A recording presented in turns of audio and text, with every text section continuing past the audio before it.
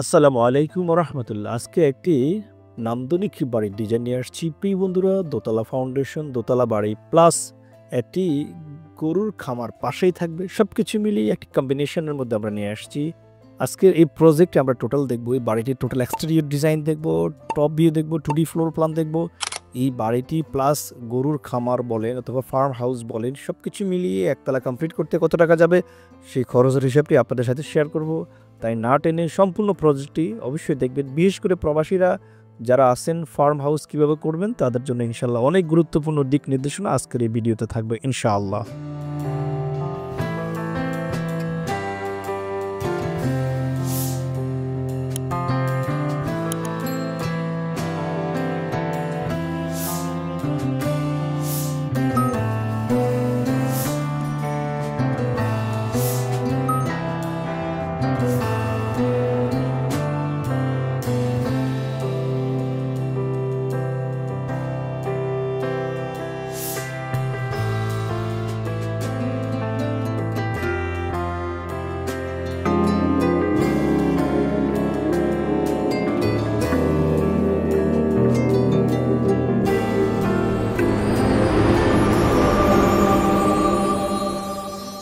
বিসমিল্লাহির রহমানির রহিম। সম্মানিত ভিউয়ার্স, আসসালামু আলাইকুম রহমতুল্লাহি তাআলা ওয়া বারাকাতুহু। দেখতে পাচ্ছেন একটি নান্দনিক বাড়ির ডিজাইন নিয়ে আসছি। আজকের এই প্রজেক্টটি করেছিলাম আমরা মিস্টার জুয়েল নামে এক ভদ্রলোকের জন্য। ওনার বাড়ি হচ্ছে কালিয়াকৈর, গাজীপুর। ভদ্রলোক প্রবাসে থাকেন, কষ্টার্জিত অর্থ দিয়ে একটি বাড়ি করবেন প্লাস পাশাপাশি একটি খামার করবেন। সব কিছু মিলিয়ে খামার এবং বাড়ির কম্বিনেশনের মধ্যে আমরা সুন্দর একটা অ্যাকোমোডেশন সাজিয়েছি। দেখতে পাচ্ছেন বাড়িটা যেমন নান্দনিক হয়েছে, খামারের পজিশনটাকে আমরা চমৎকারভাবে করেছি যাতে সব কিছুর সুন্দর একটা অ্যাকোমোডেশন থাকে। প্রিয় বন্ধুরা, ধৈর্য সহকারে দেখবেন ইনশাল্লাহ। দেখতে পাচ্ছেন বাড়িটির এখন এক্সটেরিয়র ডিজাইনটা কীভাবে আমরা ড্র করেছি। চমৎকারভাবে আমরা ড্র করেছি। যেখানে বাড়ি থাকবে 1600 স্কোয়ার ফিট জায়গার মধ্যে, খামার সহ থাকবে প্রায় 2450 স্কোয়ার ফিট জায়গার মধ্যে। আমরা দেখাবো কিভাবে বাড়ি থেকে, ঘর থেকে খামারটাকে কন্ট্রোল করা যায়। কোথায় আমরা এক্সিট দেখেছি, খামারের সাইজ কেমন রেখেছি, বাড়ির সাইজ কেমন রেখেছি, কয়টা গরু সেখানে রাখতে পারবেন, পয় নিষ্কাশনটা কীভাবে, সব কিছু মিলিয়ে সুন্দর অ্যাকোমোডেশন। ধৈর্য সহকারে দেখতে থাকুন। বাড়িটির ফ্রন্ট এক্সটেরিয়র ডিজাইন দেখতে পাচ্ছেন। জুয়েল ভাই প্রবাসে থাকেন। ওনার দীর্ঘদিনের স্বপ্ন যে আমি প্রবাস জীবন করব, কিন্তু একটা পর্যায়ে গিয়ে আমি গ্রামে চলে যাব, দেশে চলে যাব। যেহেতু আমি আর সারা জীবন বিদেশ করতে পারবো না, মানুষের শরীরের এনার্জি কিন্তু সবসময় থাকে না। তাই উনি চিন্তা ভাবনা করেছেন যে আমরা একটা বাড়ি হবে প্লাস আমার আয়ের একটা সোর্সের জন্য আমি একটা খামার করব, যেখানে গরু রাখতে পারি, ইচ্ছাগুলো ছাগল রাখতে পারেন। উনি সব কিছু মিলিয়ে উনি আমাদের কাছ থেকে দিক নির্দেশনা নিয়েছেন। আমরা ওনাকে পরিবেশ বান্ধব একটা সুন্দর পরামর্শ দিয়েছি, একটি ড্রয়িং দিয়েছি। আলহামদুলিল্লাহ বর্তমানে ওনার কাজ চলমান রয়েছে। প্রিয় বন্ধুরা, মডার্ন হাউস ডিজাইন চেষ্টা করে বাংলাদেশকে একটি স্বনির্ভর রাষ্ট্র হিসাবে গড়ে তোলার জন্য, তারই ধারাবাহিকতায় আমরা চেষ্টা করি যে না, আমাদের ইকোনমিক্যাল টেকসই আমরা পরিবেশ বান্ধব বাড়ি করব, পাশাপাশি আমাদের কর্মসংস্থানের ব্যবস্থা করব ইনশাআল্লাহ।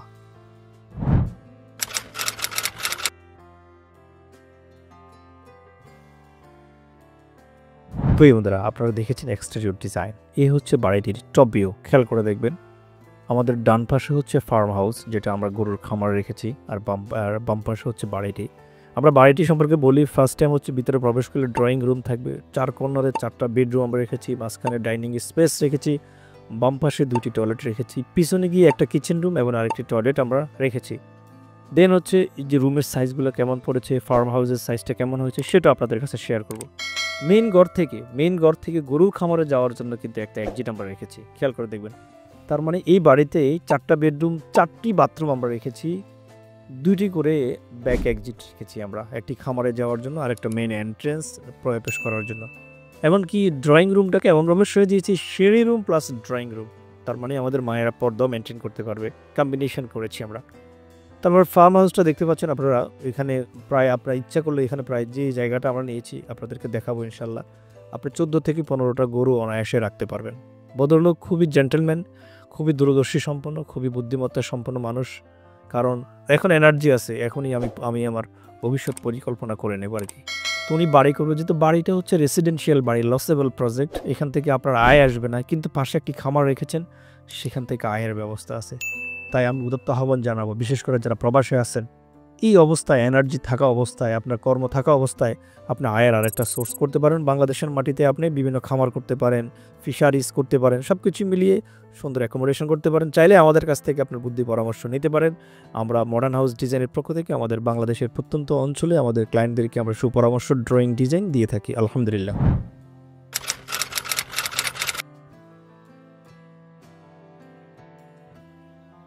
জি প্রিয় বন্ধুরা, এটা হচ্ছে বাড়িটির 2D ফ্লোর প্ল্যান।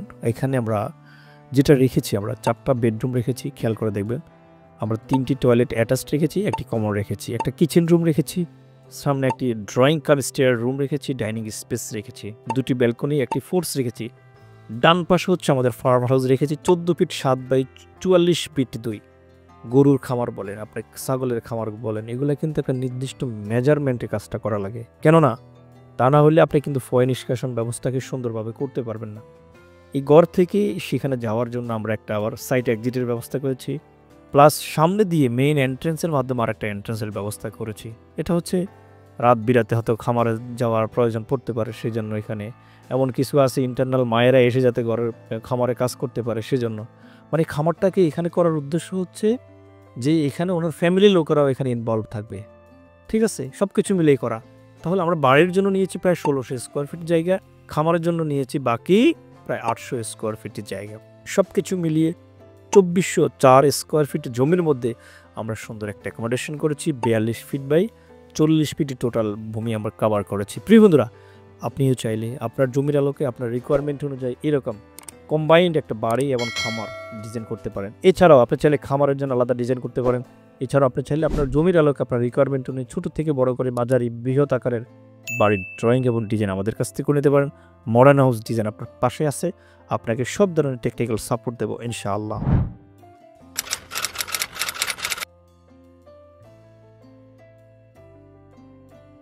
প্রিয় বন্ধুরা, এই হচ্ছে আমরা 2404 স্কোয়ার ফিট যে ল্যান্ড কভার করেছি। টোটাল আমরা কিন্তু খামার সহ বাড়িটার স্ট্রাকচার নিয়ে আসছি এবং খামারটা এমনভাবে করেছি যেটা দোতলায় গিয়ে কিন্তু এটা আর খামার থাকবে না, বাড়ি হয়ে যাবে। কি একটা আজগুবি ব্যাপার, তাই না? জি, এমনই করেছি আমরা। তাহলে চলুন, 2404 স্কোয়ার ফিটের জায়গার মধ্যে দোতলা ফাউন্ডেশন দিয়ে একতলা কমপ্লিট করতে, কলাম পর্যন্ত কাজ করতে খরচ পড়বে 7,62,094 টাকা, যেখানে সিমেন্ট লাগবে 304 ব্যাগ। তার মানে এই 2400 স্কোয়ার ফিটের মধ্যে আপনার কলাম পর্যন্ত, শর্ট কলাম থেকে শুরু, মাটি কাটা থেকে শুরু করে লং কলাম পর্যন্ত 304 ব্যাগ সিমেন্ট লাগবে। সাদা বালু লাগবে 240 ঘনফুট, লাল বালু 397 ঘনফুট, রড লাগবে 4679 কেজি, ইট লাগবে 11,283 পিস। ছাদ পর্যন্ত কাজ করতে খরচ পড়বে 8,24,000, মানে টোটাল ছাদ, যদি ছাদ এবং বিম, তারপরে হচ্ছে ফ্লোর ডালাই গাঁথনি প্লাস্টার সহ খরচ পড়বে 6,10,386 টাকা। আমরা নিয়ে আসছি দোতলা ফাউন্ডেশন দিয়ে একতলা কমপ্লিট করতে 979 ব্যাগ সিমেন্ট লাগবে, সাদা বালু 1687 ঘনফুট, লাল বালু লাগবে 1055 ঘনফুট, ফিকেট লাগবে 24,000 প্লাস, নাম্বার ইট লাগবে 29,000 প্লাস, 16 মিলিমিটার ডাই রড লাগবে 4200 KG plus, 12 millimetre dia rod লাগবে 900 KG plus, 10 millimetre dia rod 2878 KG plus, 8 millimetre 1161 KG plus. সব কিছু মিলিয়ে 21,97,000 টাকার মধ্যে আপনি গাঁথনি প্লাস্টার ছাদ কমপ্লিট করতে পারবেন। আমরা সিমেন্ট ধরেছি 530 টাকা করে। ফিনিশিং আইটেম সহ সব কিছু মিলে আরও খরচ পড়বে 16,93,000, অলমোস্ট 38 লক্ষ টাকার মধ্যে হলে খামার বাড়ি সহ টোটাল কমপ্লিট। আপনি যেটা দেখেছেন, জি নিশ্চয়ই এটা আপনি করতে পারবেন যদি আপনি খরচটাকে মিনিমাইজ করে আমাদের দেওয়া এস্টিমেট অনুযায়ী কাজ করতে পারেন ইনশাল্লাহ। আল্লাহ আপনাদের সবাইকে ভালো রাখুক, সুস্থ রাখুক। দেখা হবে নেক্সট ভিডিওতে। আসসালামু আলাইকুম ওয়া রাহমাতুল্লাহি তাআলা ওয়া বারাকাতুহু।